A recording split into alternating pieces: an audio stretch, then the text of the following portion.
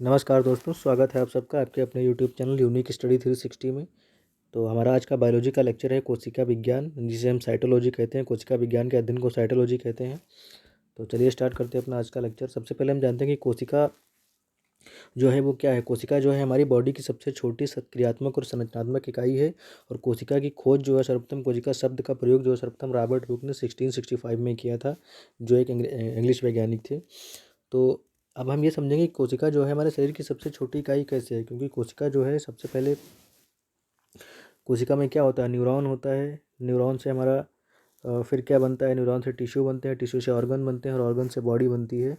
तो इसीलिए कोशिका की सबसे छोटी इकाई है वो क्या है, वो हमारी बॉडी की सबसे छोटी इकाई जो है वो कोशिका। फिर नेक्स्ट है कोशिका जो है सबसे बड़ी सबसे छोटी कोशिका किसकी होती है उसके बारे में जानते हैं। सबसे छोटी कोशिका जो है वो माइकोप्लाज्मा की होती है, सबसे बड़ी शुतुरमुर्ग की होती है। और सबसे लंबी कोशिका जो है वो तंत्रिका तंत्र यानी इम्यून सिस्टम की होती है। और कोशिका जो सेल थ्योरी है उसको स्लाइडेन और स्ट्रॉन नामक वैज्ञानिक ने 1838 में दिया था। उन्होंने बताया था कि कोशिकाएं दो प्रकार की होती है, एक प्रोकैरियोटिक कोशिका होती है और एक यूकैरियोटिक कोशिका होती है। जो प्रोकैरियोटिक कोशिका होती है वो पूर्ण विकसित नहीं होती है, और जो यूकैरियोटिक कोशिका है वो पूर्ण विकसित होती है। प्रोकैरियोटिक कोशिका और यूकैरियोटिक कोशिका में कुछ लाइकली डिफरेंस है, जिसमें कुछ चीज़ें उपस्थित होती हैं और कुछ चीज़ें अनुपस्थित होती हैं। तो हम जानते हैं कि कौन कौन सी चीज़ें होती हैं और कौन कौन सी चीज़ें नहीं होती हैं। तो जो हिस्टोन प्रोटीन है वो प्रोकैरियोटिक कोशिका में उपस्थित अनुपस्थित होता है, और जो यूकैरियोटिक कोशिका उसमें हिस्टोन प्रोटीन प्रेजेंट होता है। केंद्रक की अनुपस्थिति होती है, और पूर्ण कोशिका जो विकसित कोशिका होती है उसमें वेल डेवलप्ड न्यूक्लियस होता है। कोशिका भित्ति सेल वॉल जो है वो प्रोटीन और कार्बोहाइड्रेट की बनी होती है, और यूकैरियोटिक कोशिका में जो सेल वॉल है वो सेल्यूलोज से निर्मित होती है।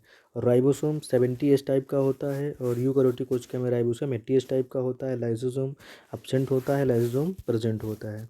डीएनए जो होता है वो सिंगल स्ट्रक्चर होता है, उसमें डबल स्ट्रक्चर होता है। प्रकाश संश्लेषण थैलेकॉइड द्वारा होता है, और इसमें जो प्रकाश संश्लेषण है वो क्लोरोप्लास्ट द्वारा प्रकाश का संश्लेषण होता है यूकैरियोटिक कोशिकाओं में। और कुछ और भी ऑर्गन्स जैसे गाल्जी काय, केंद्रक झिल्ली, सेंट्रियोसोल और माइटोकॉन्ड्रिया, ये जो है ये प्रोकैरियोटिक कोशिका में एब्सेंट होते हैं, जबकि यूकैरियोटिक कोशिका में ये सारे प्रेजेंट होते हैं और वेल डेवलप्ड होते हैं। तो ये था हमारा प्रोकैरियोटिक और यूकैरियोटिक कोशिकाओं में डिफरेंस। अब हम जानते हैं ये जो हमारी कोशिका का स्ट्रक्चर जो आपको दिख रहा है ये सेल स्ट्रक्चर है यूकैरियोटिक कोशिका यानी प्लांट सेल का एक सेल स्ट्रक्चर है। तो प्लांट की सेल होती है, कोशिका होती है, उसमें कौन कौन सी चीज़ें उपस्थित होती है। तो उसमें माइटोकॉन्ड्रिया, राइबोसोम होता है, हरित लवक यानी क्लोरोप्लास्ट होता है, साइटोप्लाज्म यानी कोशिका द्रव्य होता है, एंडोप्लाज्मिक रेटिकुलम होता है, रिक्तिका यानी वैक्यूल जिन्हें बोलते हैं, सेल वॉल होती है, सेल कला यानी सेल मेम्ब्रेन होता है, और गाल्जी ऑपरेटर्स होते हैं, क्रोमैटिन होता है, केंद्रक होता है, और केंद्रिका यानी न्यूक्लियस होता है। तो ये हमारी जो है एक यूकैरियोटिक कोशिका है प्लांट सेल की। तो अभी हम डिस्कस करेंगे कि जो डिफरेंट डिफरेंट पार्ट है इनका हमारी कोशिका में क्या काम होता है। फिर हम डिफरेंस करते हैं कि जो हमारी एनिमल सेल है और हमारी जो प्लांट सेल है उनमें क्या डिफरेंस है। तो जो एनिमल सेल है हमारी उसमें सेल वाल यानी कोशिका भित्ति अनुपस्थित होती है। जो हमारी एनिमल सेल है, प्लांट जो हमारे हम लोगों की जो कोशिका है एनिमल सेल जो है उसमें जो सेल वॉल है वो नहीं होती है, जबकि जो प्लांट कोशिका है उसमें सेल वॉल उपस्थित होती है। और हमारी जो कोशिका है एनिमल की जो कोशिका है वो केवल सेल मेम्ब्रेन यानी प्लाज्मा मेम्ब्रेन से घिरा हुआ होता है, जिसे सेल मेम्ब्रेन बोलते हैं। जबकि जो हमारी प्लांट की सेल होती है वो प्लाज्मा मेम्ब्रेन के अतिरिक्त मोटी झिल्ली जिसे सेल वॉल बोलते हैं उससे घिरी हुई होती है। और जो क्लोरोप्लास्ट होता है वो हरित लवक जो होता है वो जो ह्यूमन यानी जो एनिमल कोशिका होती है उसमें क्लोरोप्लास्ट नहीं पाया जाता है, जबकि जो प्लांट की सेल है उसमें क्लोरोप्लास्ट पाया जाता है। फिर है में सेंट्रोसोम और सेंट्रियोल्स, ये सब क्या होते हैं, उपस्थित होते हैं। सेंट्रोसोम और सेंट्रियोल्स उपस्थित होते हैं एनिमल सेल में, बल्कि जो प्लांट कोशिका होती है उसमें सेंट्रोसोम और सेंट्रोसोल्स उपस्थित नहीं होते हैं। और इसमें जो हमारी प्लांट एनिमल जो सेल होती है उसमें जो गाल्जी काय है, गाल्गी बॉडीज़ हैं उन वो बहुत जटिल संरचना है, और वो एक केंद्रक हैं। और इसमें जो है गाल्गी बॉडी जो हैं इसमें प्लांट सेल में ये क्या होती हैं, कई टोसी इकाइयों से निर्मित होती हैं, इसे डाइक्टोसोम कहते हैं। तो ये भी दोनों कोशिकाओं में प्रेजेंट होती हैं।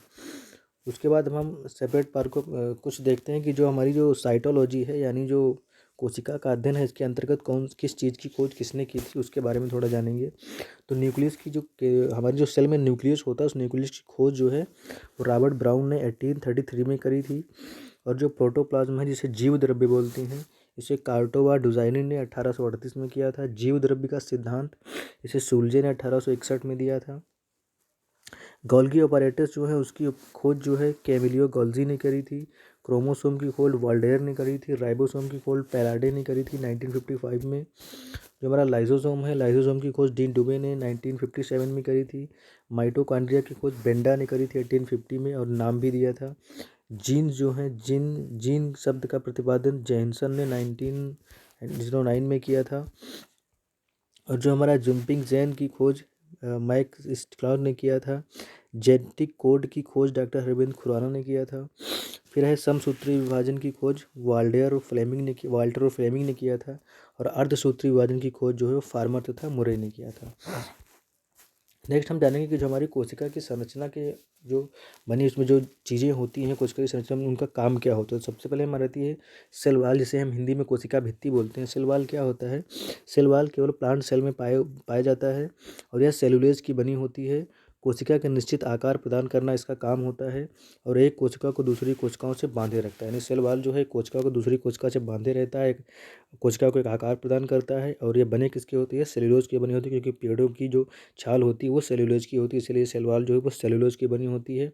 और दोस्तों ये बात याद रखना, पेड़ों से जितनी चीज़ें बनाई जाती हैं सब में सेलुलोज पाया जाता है। नेक्स्ट हमारा आता है कोशिका झिल्ली यानी सेल मेम्ब्रेन। सेल मेम्ब्रेन जो है एक अंदर की सतह है जो कोशिकांगों को घेरे रखती है। ये प्लांट सेल एनिमल सेल में पाई जाती है और प्लांट सेल में भी पाई जाती है। यह सेमी परमेबल एक अर्धपारगम्य झिल्ली होती है जो कोशिका के अंदर के जो पार्ट हैं उनको आदान प्रदान करने का काम करती है। तो ये और उन चीज़ों को इकट्ठे रखती है, उसमें जो चीज़ें एग्जिट हैं या इन करना है उनको वो काम क्या हुआ है हमारी सेल मेम्ब्रेन करती है। और इसका जो मुख्य काम होता है वो एनिमल सेल में होता है। नेक्स्ट हमारी आती है माइटोकॉन्ड्रिया। माइटोकॉन्ड्रिया क्या है? इसे जो है सेल का पावर हाउस बोलते हैं। इसकी खोज क्या है? माइटोकॉन्ड्रिया की खोज आल्टमाइन ने 1886 में की थी। नाम बेंडा ने दिया था। दोस्तों ये एक कन्फ्यूजन पार्ट आता है माइटोकॉन्ड्रिया में, कभी कभी ये पूछ लिया जाता है कि माइटोकॉन्ड्रिया का नाम किसने दिया। तो माइटोकॉन्ड्रिया का नाम जो है वो बेंडा ने दिया था और खोज जो है वो आल्टमाइन ने 1886 में करी थी। और इसका मुख्य कार्य जो होता है ऊर्जा युक्त कार्बनिक पदार्थों को बनाना, ऑक्सीडेशन कराना। इसमें डीएनए पाया जाता है। ऑक्सीडेशन में एडीपी से एडीपी का निर्माण होता है, यानी एडनो डाईफॉस्फेट से एडनो ट्राईफॉस्फेट का निर्माण जो होता है वो ऑक्सीडेशन में होता है, वो माइटोकॉन्ड्रिया में जाके होता है, तभी एटीपी बनती है। और माइटोकॉन्ड्रिया ही हमारी पूरी बॉडी की जो सेल हैं उनको एनर्जी प्रोवाइड कराती है। इसीलिए हम जो माइटोकॉन्ड्रिया है उसको हमारी सेल का पावर हाउस बोलते हैं, बॉडी का पावर हाउस बोलते हैं। नेक्स्ट हमारा आता है केंद्रक यानी न्यूक्लियस। तो ये जो है सेल का सबसे प्रमुख अंग होता है, यानी प्रबंधक कार्य होता है। यानी सेल का जो पूरा मैनेजमेंट है वो किसके दारोमदार पे लटका हुआ होता है, रुका हुआ होता है, वो होता है न्यूक्लियस के हाथों। इसमें क्या है? प्रोटीन 85% सबसे ज़्यादा प्रोटीन पाया जाता है, आरएनए 10% और डीएनए 5% पाया जाता है। केंद्रक में उपस्थित द्रव्य में धागेनुमा क्रोमेटिन पाया जाता है जो डीएनए का बना होता है। केंद्रक में ही क्रोमेटिन पाया जाता है जो डीएनए का बना होता है। सेल डिवीजन के समय क्रोमेटिन ही गुणसूत्र यानी क्रोमोसोम बनाता है। आनुवंशिकताओं का वाहक कौन होता है? तो क्रोमोसोम होता है। सभी जातियों में क्रोमोसोम की संख्या निश्चित होती है। मनुष्य में 23 जोड़ी पेयर यानी 23 पेयर्स ऑफ क्रोमोसोम होता है, जिसमें ऑटोसोम जो XX होते हैं वो 22 होते हैं, प्लस एक जो होता है वो सेक्स क्रोमोसोम होता है, उसे XY बोलते हैं। तो XX महिलाओं में और पुरुषों में XY होते हैं। स्त्री एवं पुरुषों में दोनों में 22 जोड़े होते हैं। एक 22 ऑटोसोम होते हैं और एक क्या होता है? सेक्स क्रोमोसोम होता है। स्त्री एवं पुरुष में भिन्न इसी से शिशु का लिंग सेक्स निर्धारण होता है, यानी जो एक अलग होता है सेक्स हार्मोन जो होता है उसी से जो स्त्री है उसमें बच्चे का जो लिंग निर्धारण होता है वो उसी के कारण होता है, एक जो अलग यूनिक क्रोमोसोम जो पाया जाता है। नेक्स्ट आता है राइबोसोम। राइबोसोम क्या होता है? ये प्रोटीन का संश्लेषण करता है, नहीं प्रोटीन को बनाता है। प्रोटीन को बनाने का मुख्य कार्य क्या होता है? वो राइबोसोम का होता है। यह आरएनए राइबोज न्यूक्लिक एसिड का बना होता है, यानी जो प्रोटीन होती है जो राइबोसोम होता है ये आरएनए का बना होता है। स्तनधारियों के आरबीसी में राइबोसोम एंडोप्लाज्मिक रेटिकुलम नहीं पाया जाता। ये एक इंपॉर्टेंट टॉपिक है, यानी जो स्तनधारियों की जो आरबीसी होती है, जो मैमल्स की जो आरबीसीज होती हैं उसमें उनमें राइबोसोम और एंडोप्लाज्मिक रेटिकुलम नहीं पाया जाता है। और जो हमारा राइबोसोम है इसके अंदर जो न्यूट्रॉन्स पाए जाते हैं, जो न्यूरॉन्स पाए जाते हैं उसमें 17S और 18S के पाए जाते हैं, और ये प्रोकैरियोटिक कोशिकाओं में, यूकैरियोटिक कोशिकाओं दोनों में अलग अलग टूट जाते हैं। फिर नेक्स्ट हमारा आता है हरित लवक यानी क्लोरोप्लास्ट। क्लोरोप्लास्ट का काम क्या होता है, ये क्लोरोप्लास्ट जो होता है, ये जो प्लांट की जो सेल होती है उसका किचन होता है। प्लांट सेल का जो किचन होता है वो हरित लवक होता है, नहीं क्लोरोप्लास्ट होता है। प्रकाश संश्लेषण क्या करता है, ये क्या करता है, फोटोसिंथेसिस में सहायक होता है, जिससे क्लोरोफिल पर्णहरित पाया जाता है और पौधों का हरा रंग होता है। पौधों का हरा रंग जो है वो क्लोरोप्लास्ट के कारण होता है। इसमें कैरोटीन व ज़ैंथोफिलिन नामक वर्णक भी पाए जाते हैं, जिससे पत्तियों का रंग पीला होता है। डीएनए पाया जाता है, अतः द्विगुणन की क्षमता होती है। लवक क्या है, लवक कितने प्रकार के होते हैं, लवक जो है हरित लवक होता है, अवर्णीय लवक होता है। अवर्णीय लवक क्या होता है, जड़ तथा भूमिगत भागों में पाया जाता है। और वर्णीय लवक जो होता है वो रंगीन लवक होता है, प्रायः लाल पीले रंग और पुष्प और फल भित्ति के बीच में पाया जाता है। टमाटर में क्या होता है, लाइकोपीन होता है। गाजर में कैरोटीन और चुकंदर में विटामिन होता है। नेक्स्ट हमारा आता है लाइसोसोम। लाइसोसोम क्या है, ये एक सूक्ष्म गोली झिल्ली से घिरी थैली होती है। इसका सबसे प्रमुख कार्य बाहरी पदार्थों का भक्षण एवं पाचन करना, यानी बाहरी पदार्थ जो हमारी कोशिका को इन्फेक्ट करते हैं, आते हैं, तो उनको भक्षण कर लेता है और कोशिका को प्रोटेक्ट करता है। इसमें 24 प्रकार के एंजाइम पाए जाते हैं।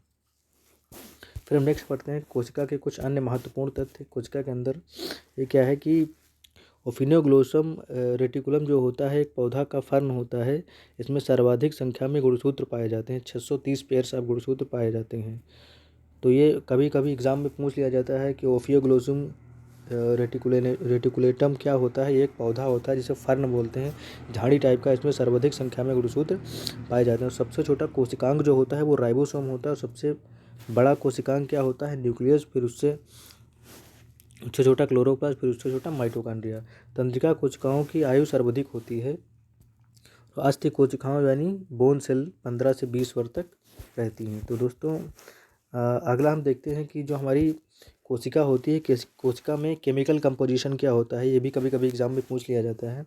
तो जो अकार्बनिक हैं पदार्थ में कौन कौन से होता है, तो अकार्बनिक दो ही पाएंगे, या इनऑर्गेनिक साल्ट होगा या वाटर होगा। तो वाटर जो है वो सबसे ज़्यादा 80% पाया जाता है, और जो इनऑर्गेनिक साल्ट होता है वो 1.0% पाया जाता है। फिर हम जाते हैं कार्बनिक पदार्थ क्या होते हैं। तो उसमें कार्बोहाइड्रेट 1% होता है, लिपिड्स 0.5%, प्रोटीन 12%, न्यूक्लिक एसिड 2%, और अदर ऑर्गेनिक सब्सटेंस जो है वो 0.5% पाए जाते हैं। यानी सबसे ज़्यादा क्या पाया जाता है, प्रोटीन 12% पाई जाती है, और अकार्बनिक पदार्थों में वाटर 80% पाया जाता है। ये भी एग्जाम में कई बार पूछ लिया जाता है। उसके बाद हम और मात्रा देखते हैं तो प्रोटीन जो है 60% पाई जाती है सबसे ज़्यादा, और मिसलेनियस में 10% होता है। मेटाबॉलिज्म और न्यूक्लियोटिड मिला के 3% होता है, इनऑर्गेनिक 3%, ग्लाइकोज क्या होता है 6%, और लिपिड जो है 16% पाई जाती है। तो दोस्तों ये था हमारा आज कोशिका का लेक्चर। इसे कोशिका में हमने बहुत बड़ा लेक्चर नहीं किया है, लेकिन आई होप हमने इस लेक्चर के माध्यम से आपको कोशिका से जितने भी क्वेश्चन बनते हैं उन सबका आंसर मिल जाएगा, और एक क्विक रिवीजन छोटे से लेक्चर में आपको कोशिका के बारे में बहुत सारी चीज़ें जानने को मिलेगी जो एग्जाम में डायरेक्टली पूछ ली जाती हैं। तो दोस्तों अगर वीडियो अच्छा लगा हो तो वीडियो को लाइक और चैनल को सब्सक्राइब जरूर करें। मिलते हैं नेक्स्ट टॉपिक के साथ, तब तक के लिए जय हिंद।